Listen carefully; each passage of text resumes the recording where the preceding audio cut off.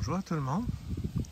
Ce que je vous présente là, c'est ce qui reste d'un nid de chenilles attente. C'était bourré de chenilles, ça, cette histoire-là. Jusqu'à il y a peut-être 2, 3, 4 jours. Pour nous, premièrement, je ne les ai pas enlevés parce que ça, c'est un cerisier tardif, ça ne me dérangeait pas qu'il se fasse défolier. Mais surtout, on s'en sert comme test, à savoir si notre écosystème va être capable de le gérer. C'est clair que ça prend des prédateurs. Chaque organisme vivant a ses prédateurs, puis on voulait voir quels seraient les prédateurs, puis à quelle vitesse ils contrôleraient ces chenilles-là. Donc là, vous voyez, les chenilles sont toutes mortes. Et puis, celles qui restent sont mortes puis sèches. Puis les autres, on ne sait même plus ce qu'ils sont.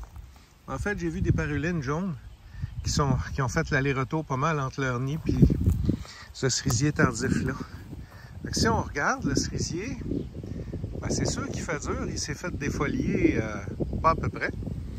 Pas assez pour le tuer. Il va faire d'autres bourgeons. Mais comme on a plusieurs cerisiers tardifs ici, ça ne me dérangeait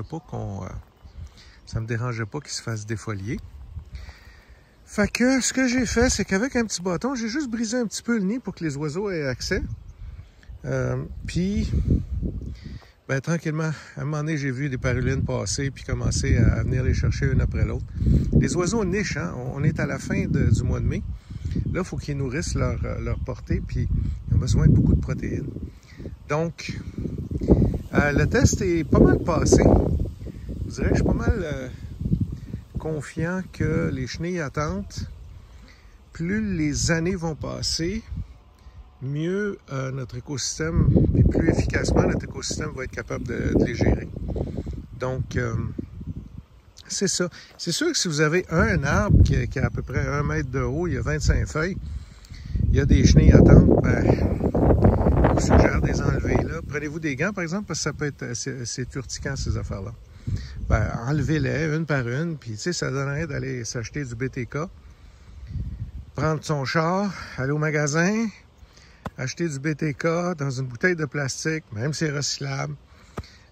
C'est recyclable, mais ça l'est pas. Regarde, j'ai travaillé dans le plastique, là. C'est recyclable, là, mais c'est pas tout qui est recyclé. Donc, ça va finir, une partie qui va finir de grâce, tu vois, puis un petit coup de vent. Tout ce qu'il y a à faire, c'est les enlever à mitaine quand vous n'avez pas beaucoup de feuilles. Puis quand... un petit coup de vent, vraiment. On va être obligé de finir ça là. Puis quand vous pensez que votre écosystème n'est pas pire, ben ça vaut la peine d'observer puis de voir. Tu sais, il manque pas de feuilles ici, là, regardez là. Il y a des feuilles partout là. Puis ils ont juste mangé ça.